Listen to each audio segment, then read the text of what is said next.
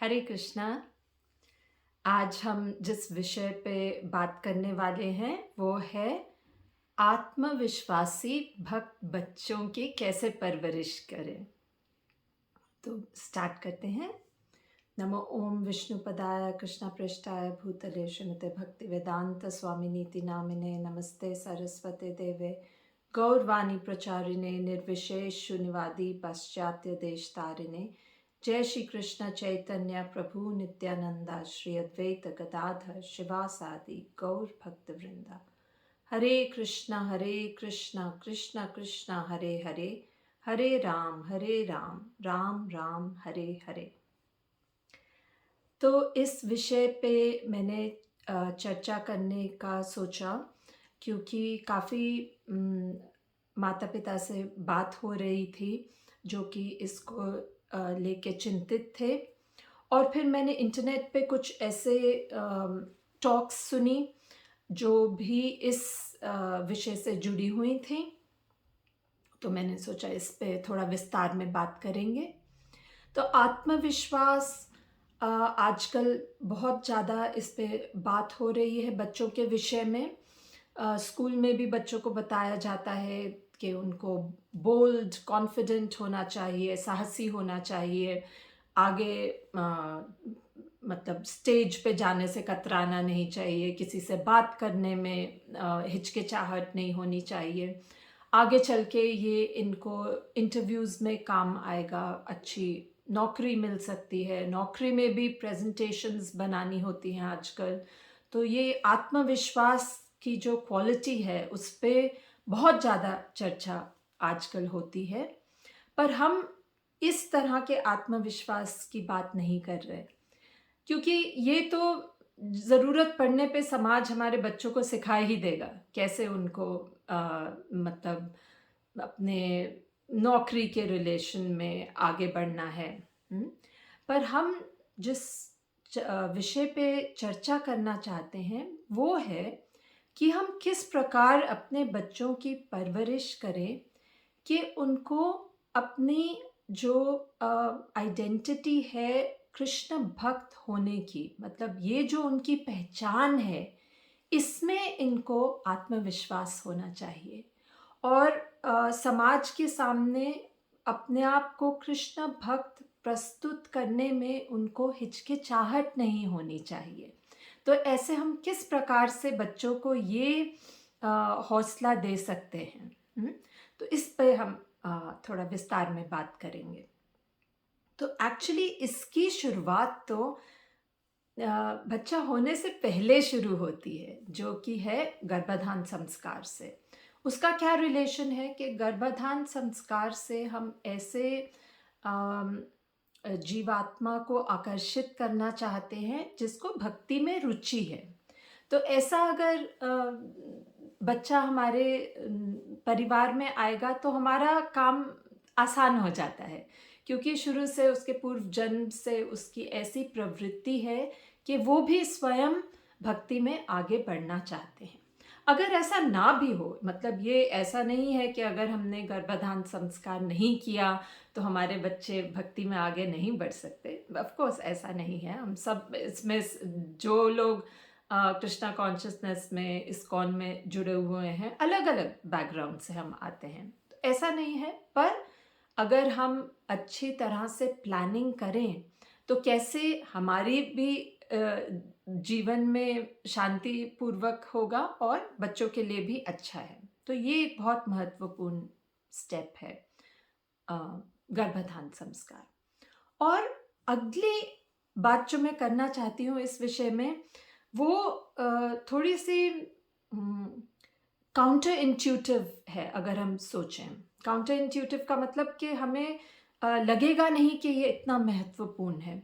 वो है कि जब शिशु, जो बेबी होते हैं, उनके साथ हमें कैसे उनकी देखभाल कैसे करनी है कि यही शिशु आगे चल के आत्मविश्वासी भक्त बने। तो आजकल ऑफ कोर्स हमारी वैदिक संस्कृति में बच्चों को, महिलाओं को और बुजुर्गों को सुरक्षित रखने की शिक्षा दी जाती है। पर मॉडर्न समय में भी साइकोलॉजिस्ट ये रिसर्च करके पा रहे हैं कि बच्चों को जब बहुत छोटे होते हैं, मतलब 3 साल से पहले पहले जैसे उनकी हम देखभाल करते हैं, वो ज़िंदगी भर उन पे असर होता है। अब कोई सोचेंगे कि ये तो बहुत ही छोटे हैं, बेबी को क्या चाहिए कि खाना टाइम पे होना चाहिए, उसे सुलाना है, साफ-सुथरा रखना है, यही है। अब इससे ज़्यादा बच्चा क्या जानता है? पर ऐसा नहीं है। बच्चे एक्चुअली उसी समय उनकी ब्रेन की डेवलपमेंट हो रही है ना? जैसे उनके बाकी शरीर में ऑर्गन्स ग्रो कर रहे हैं, उनका ब्रेन भी ग्रो कर रहा है और बच्चे भी ये समझ सकते हैं कि उनके आस-पास का एनवायरनमेंट कैसा है। हुँ? इसका कहने का मतलब कि बच्चों को भी महसूस होता है कि वो सुरक्षित हैं कि नहीं। और बच्चे की सुरक्षा का क्या मतलब है? वो चाहते हैं कि अपनी माँ के पास रहें, कि एक कोई ऐसा फिगर हो। ऐसा नहीं है, मतलब कई बारी ऐसा भी हो सकता है कि अनफॉर्चुनेटली माँ गुजर जाए, तो कोई एक ऐसा एडल्ट हो जो कि बच्चे के साथ ऑलमोस्ट 24 आवर्स वो रहते हैं। तो इसमें माँ का बहुत महत्वपूर्ण भूमिका है। पर मेन चीज़ है कि बेबीज़ को भी भय लगता है, उनको भी एंग्ज़ायटी होती है। अगर वो ऐसी स्थिति में हैं जो कि उनके लिए अनफ़ेमिलियर है, जो वो नहीं पहचान पाते। तो सबसे स्ट्रॉन्ग जो अटैचमेंट होती है किसी भी बच्चे की, वो माँ के प्रति है। माँ ही उनको दूध पिलाती हैं, ध्यान रखती हैं। पर कई बारी आज की डेट में ऐसा होता है कि माँ को बाहर जॉब करने के लिए जाना पड़ता है, तो तब वो इन बच्चों को डे केयर में डाल देते हैं। फिर क्या होता है कि बच्चा समझ नहीं पाता कि उसकी माँ कहाँ है, और थोड़े टाइम के लिए भी वो अगर माँ से दूर रहते हैं, थोड़े टाइम मतलब डे केयर तो ज़्यादातर 9 टू 5 होता है, पर अगर किसी का हाफ डे भी है तो काफ़ी घंटे के लिए वो बेबी अपनी माँ के साथ नहीं है। और डे केयर में वैसे भी ऐसा होता है कि बहुत सारे बच्चे होते हैं और उनकी देखभाल करने के लिए कुछ जन होते हैं। तो ऐसा समय होगा कि बच्चा परेशान है, वो रो रहा है और कोई उसको अटेंड करने के लिए नहीं है, राइट? तो मैं ये क्यों डे केयर की बात कर रही हूँ, क्योंकि बाहर के देशों में ये कॉमन है कि जैसे बच्चा हो गया, कुछ महीने बाद आप बच्चे को डे केयर में डाल देंगे। और यही बात अब भारत में भी आ रही है। आजकल अभी तक डे केयर तक की तो ये कॉमन नहीं है, पर लोग आया रख लेते हैं या कुछ, हाँ, ज़्यादातर कोई वो क्या कहते हैं, नानी जिसको कहते हैं, नानी रख लेते हैं बच्चे के लिए कि माँ तो चले जाएगी और वो नानी देखेगी। पर जो जिसका एक्चुअल में बच्चे से कोई संबंध नहीं है और वो केवल पैसे के लिए आपके बच्चे का ध्यान रख रहे हैं, तो वो तो 100% माँ के जैसा ध्यान तो नहीं रख सकते। और जब भी बच्चा परेशान है तो वो तुरंत शायद नहीं उसको अटेंड करेंगे, थोड़े निग्लेक्ट करेंगे। और अगर अटेंड भी करते हैं तो आधे टाइम आया है, फिर कुछ टाइम पे माँ है, तो इससे बच्चे को भी कन्फ्यूजन होती है। और कई बारी अगर कोई बच्चे को देखने के लिए नहीं है, बच्चा परेशान है, रो रहा है और कोई भी उसको उठाने के लिए वहाँ मौजूद नहीं है, तो बच्चे को एंग्जाइटी होने लग जाती है, उनको भय लगता है। और सरप्राइजिंग बात है कि ये केवल उस टाइम के लिए नहीं है कि ठीक है, उस समय बच्चा परेशान था और फिर माँ आ जाती है, शाम को तो माँ रहेगी साथ में, शाम को रात को जो भी है। पर यही चीज़ आगे चल के जब बच्चा बड़ा भी हो जाता है तो उसको असर होता है। और हम क्यों इस अ, इस चीज़ की बात भक्ति के विषय में कर रहे हैं? क्योंकि अगर हमारे बच्चे बहुत ही कमज़ोर दिल होंगे, तो वो समाज का कैसे सामना कर पाएँगे कि वो भक्त हैं? क्योंकि ये बहुत ही अम, अलग चीज़ है, जो जिस मार्ग पे हम चल रहे हैं और हम चाहते हैं कि हमारे बच्चे भी चलें, इसकी तो ना कोई चर्चा करता है स्कूल में, कॉलेज में, और बल्कि उल्टा ही बोलते हैं कि ये सब बेकार की बातें हैं, ये सब भावुक होने वाली बातें हैं। साइंटिफिकली तो कोई प्रमाण नहीं है कि भगवान है, तो भक्ति करना तो it's a waste of time. इस तरह की शिक्षा दी जाती है। तो आप समझ रहे हैं हम किस अ, कठिनाई से अपने बच्चों की परवरिश करना चाहते हैं, और उसमें भी अगर बच्चे स्वयं बहुत हाँ, जैसे मैंने बोला कमज़ोर हों, तो वो समाज के कहने पे चलने लगेंगे। क्योंकि और ऐसा होता है कि शुरू में तो हम बहुत बच्चे को प्रोटेक्टेड रखने की कोशिश करते हैं, पर आगे चल के तो वो स्कूल में जाएँगे ज़्यादातर, उसकी भी हम चर्चा करेंगे। स्कूल में जाएँगे, और अगर हम तब भी घर में अपना होम स्कूलिंग करते हैं, पर आगे चल के लड़के हैं तो नौकरी करेंगे। पर हम कैसे ऐसा उनको विश्वास दे सकते हैं कि जो मार्ग पे वो चल रहे हैं और ज़्यादातर समाज नहीं चल रहा, वो सही है। वो तभी उस मार्ग पे कॉन्फिडेंटली चलेंगे जब उनको सेल्फ कॉन्फिडेंस हो, स्वाभिमान जिसको बोलते हैं। तो शुरू से जब वो शिशु हैं, तब से हमें इसकी तैयारी करनी है। और जैसे मैंने कहा, माँ का इसमें बहुत बहुत महत्वपूर्ण रोल है। मतलब वो बहुत ही आवश्यक उनकी भूमिका है इसमें। तो पहले तो जब वो बेबी हैं, अब वो जब बड़े भी हो जाते हैं, तो हमें अपनी तरफ से अपने बच्चों को बहुत प्यार देना है, और उनको उनकी बड़ाई भी करनी है। मतलब ऐसा नहीं कि हम बच्चों को बिगाड़ दें और उनको सर पे चढ़ाएं कि बस हम, मेरा बेटा मेरी बेटी तो कुछ गलत नहीं कर सकते, ऐसा नहीं। हमें उनको सही और गलत का अंतर समझाना है। पर जब वो सही काम करते हैं, तो अपनी तरफ से एज पेरेंट्स हमें उनको बहुत बहुत एप्रिसिएशन और प्यार देना है, कि वो कि उनके मन में यह दृढ़ विश्वास हो कि मेरा परिवार मेरे साथ है। इस सब चीज़ों से बच्चों का कॉन्फिडेंस बढ़ता है। और ये हम चाहते हैं कि हमारे बच्चे समाज को फेस करने में हिचकिचाए ना। तो ये दूसरी बात है। पहली बात है कि जब वो बेबी हैं, हम उनको, मतलब तब तो 24 घंटे हमें ध्यान रखना है। और हमारी संस्कृति में ऐसा है, जब बच्चे होते हैं, अगर वो सो भी रहे होते हैं, तो उनको अकेला नहीं छोड़ा जाता है।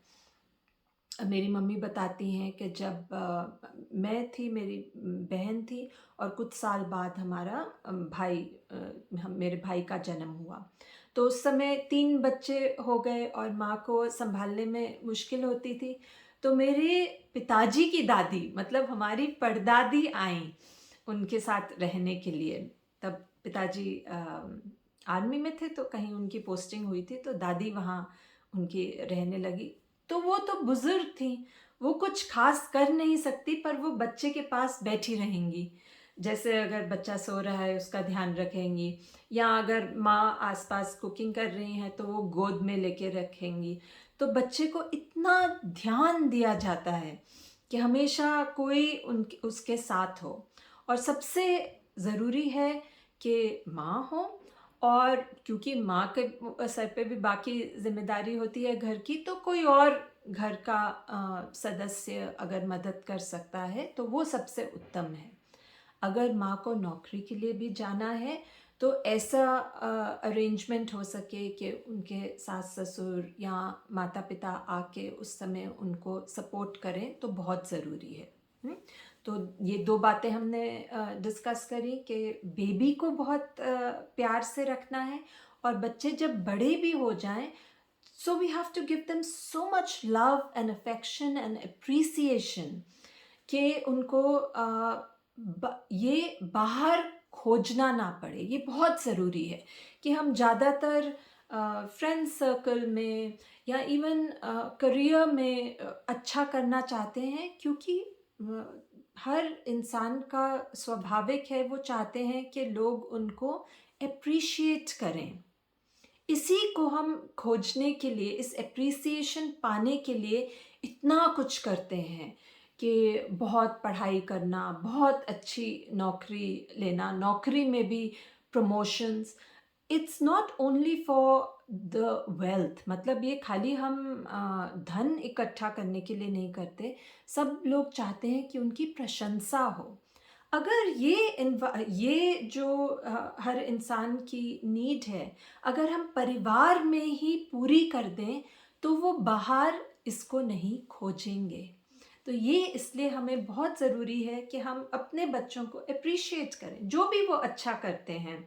अगर वो क्रिएटिव हैं, मृदंग बजाने में अच्छा है, कीर्तन अच्छा करते हैं, या इवन कुछ बनाने में, लड़कियां हैं तो निटिंग करने में, कुकिंग करने में, हमें इतना उनको प्रोत्साहन देना चाहिए कि वो यही प्रशंसा खोजने के लिए बाहर ना देखें। और फिर क्या होता है कि जो उनकी आइडेंटिटी है कृष्ण भक्त होने की, उसमें वो सिक्योर फील करते हैं, क्योंकि उनके पीछे बहुत से ऐसे लोग हैं जो कि उनको इस मार्ग पे चलने के लिए उत्साहित कर रहे हैं। तो अब तीसरी बात आती है सत्संग। सत्संग हम सबके लिए बहुत महत्वपूर्ण है, और ख़ासकर बच्चों के लिए, क्योंकि जो बचपन का टाइम है एंड स्पेशली टीनेज टाइम है, उसमें बच्चे अपने बाकी हम उम्र के बच्चों से बहुत प्रभावित होते हैं। वो भी उनके जैसा करना चाहते हैं, और उस समय अगर वो बाकी बच्चों से अलग हैं और वो अलग ज़िंदगी, मतलब हमारा लाइफस्टाइल अलग है, तो कई बारी बहुत कन्फ्यूजन हो जाती है बच्चों को कि हम उनको कुछ शिक्षा दे रहे हैं घर में, पर जब वो बाकी बच्चों से मिलते हैं स्कूल में, या इवन अगर स्कूल नहीं जा रहे तो खेलने के लिए शाम को बाकी बच्चों से मिलते हैं, और देखते हैं कि ये बच्चे तो बिल्कुल ही अलग तरह से जी रहे हैं। मतलब वीकेंड्स पे लेट उठना, मूवीज़ के लिए जाना, मॉल्स में जाना, ब्रांडेड शूज़ और कपड़े पहनना, इन सब में उनको रुचि है, और वो बहुत डिस्कस करेंगे कि टीवी पे ये देखा, या इंटरनेट पे और सोशल मीडिया, वो सब डिस्कशन होंगी। और हम अपने बच्चों को कुछ और ही तरह से परवरिश दे रहे हैं कि चैंटिंग करना, आरती अटेंड करना, मंदिर जाना। तो ये बिल्कुल ही अलग दो स्फीयर्स हैं, मतलब उनकी जीवन में दो अलग अलग मार्ग हैं। तो हमारे बच्चों को ये समझना कि ठीक है, ये भी जीवन का भाग है, पर ये मैं इन लोगों से इंटरैक्ट भी कर रहा हूँ खेलने के लिए या ऐसे ही टाइम स्पेंड करने के लिए, पर इनकी वैल्यूज़ मुझे नहीं लेनी है। वो तभी होगा जब वो अपने वैल्यू सिस्टम में बहुत सिक्योर हैं, वो समझते हैं कि इसका क्या महत्वपूर्ण है मेरे जीवन में। जैसे हम अपने बच्चों को शिक्षा देते हैं,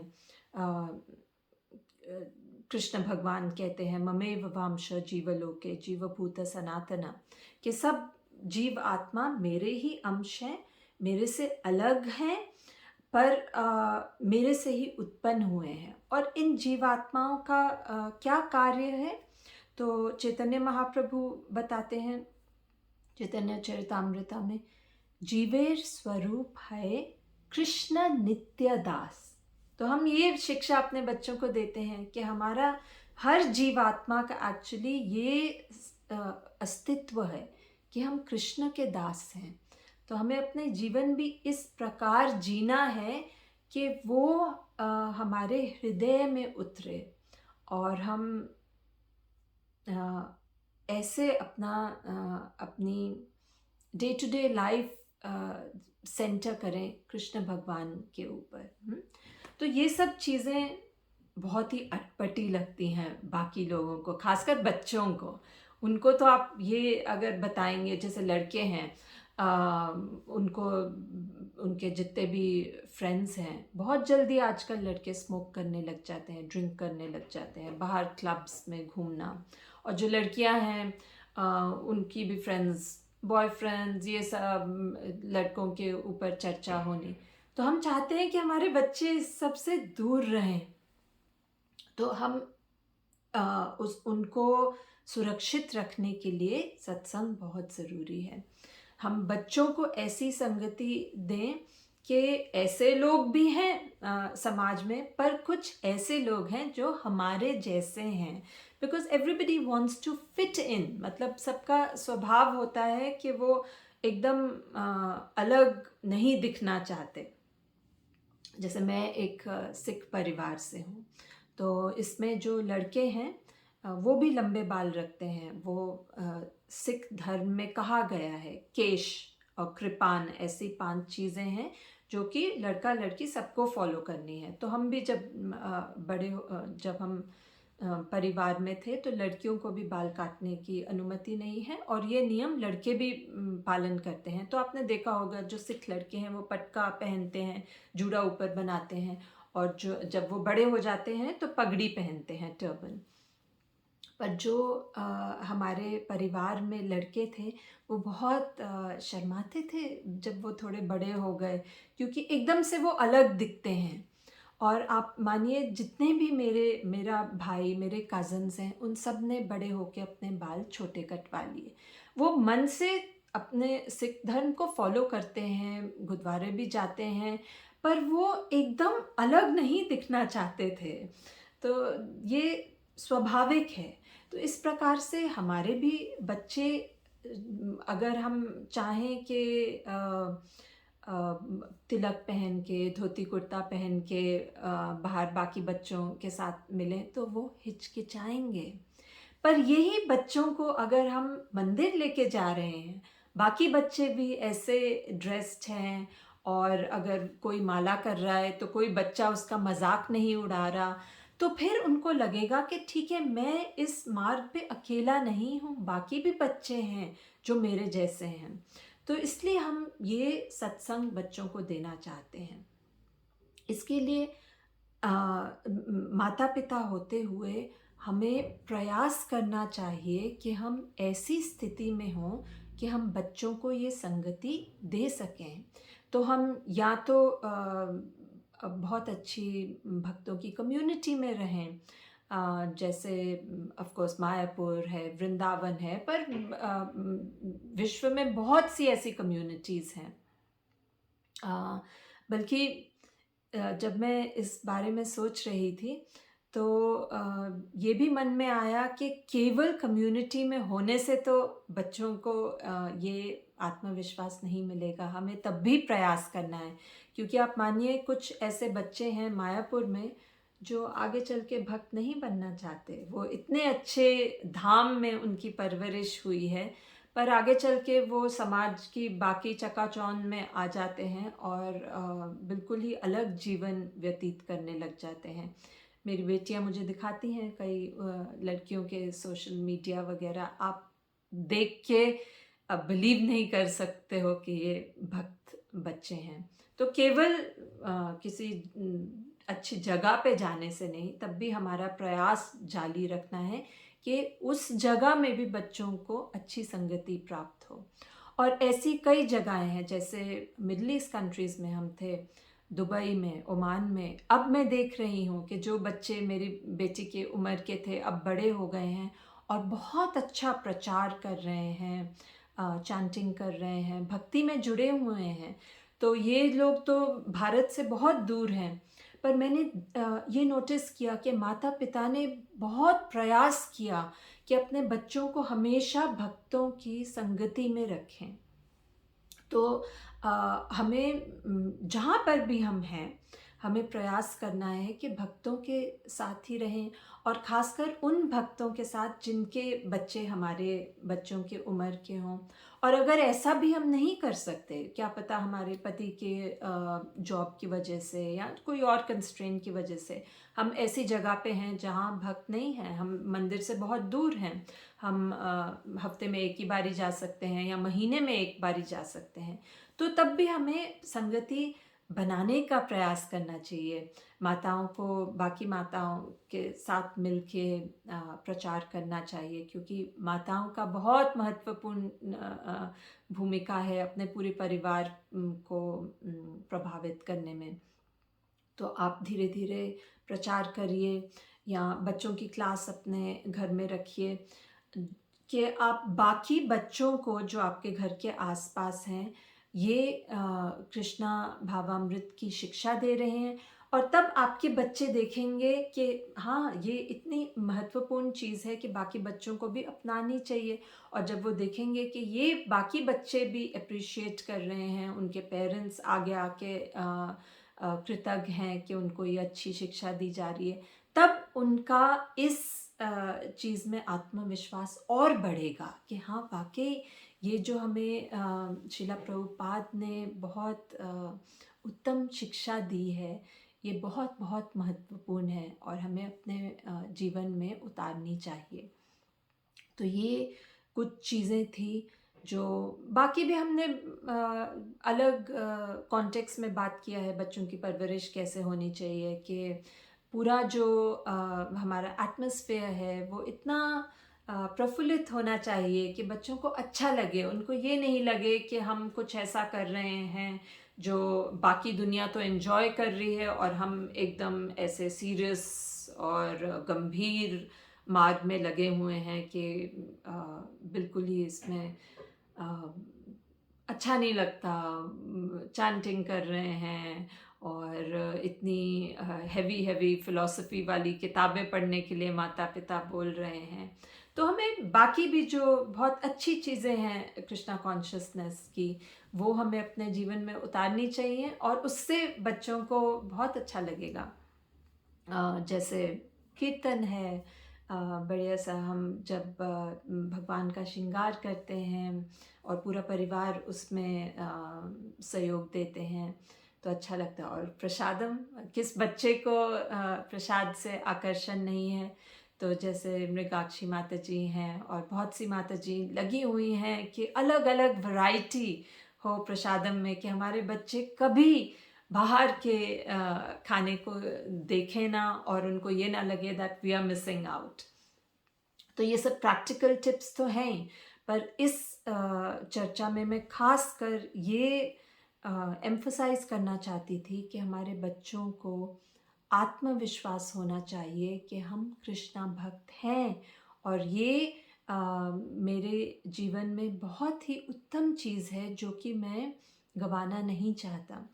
तो ऑफ कोर्स हम बच्चों को अगर ये ज्ञान दे रहे हैं, तो अगर वो अपैरेंटली थोड़ी देर के लिए भटक भी जाएँ, मतलब वो उनमें इतना साहस ना हो कि वो आगे चल के अपने फ्रेंड्स का अच्छे से अपने लाइफ को डिफेंड कर सकें, तो भी वो आगे चल के, मतलब कभी तो ऐसा टाइम आएगा जो वो पलट के फिर इसका महत्व समझ के बहुत अच्छे से भक्ति करने लग जाएंगे।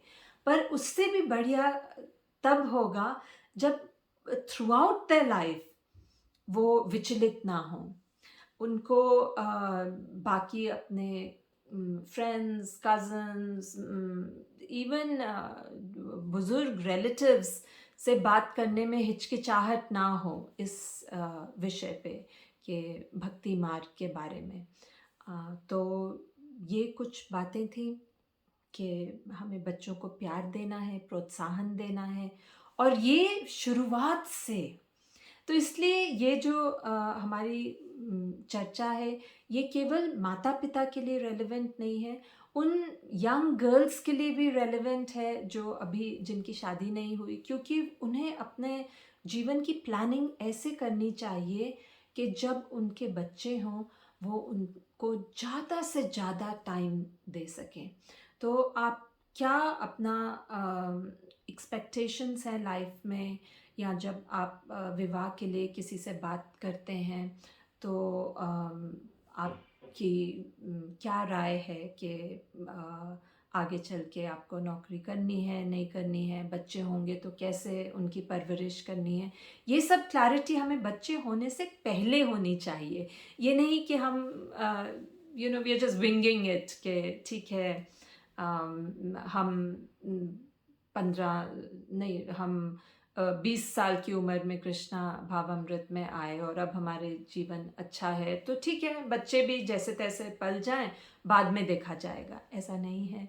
हमारे पास इतने बहुत महत्वपूर्ण मौका है कि हम अपने बच्चों की शुरू से ये इतनी अच्छी परवरिश करें कि वो आगे चल के निस्संदेह अपने परिवार के सामने, संसार के सामने बोल सकें कि वो कृष्णा के भक्त हैं और प्रभुपाद की मूवमेंट पे बहुत अच्छे प्रीचर्स बने।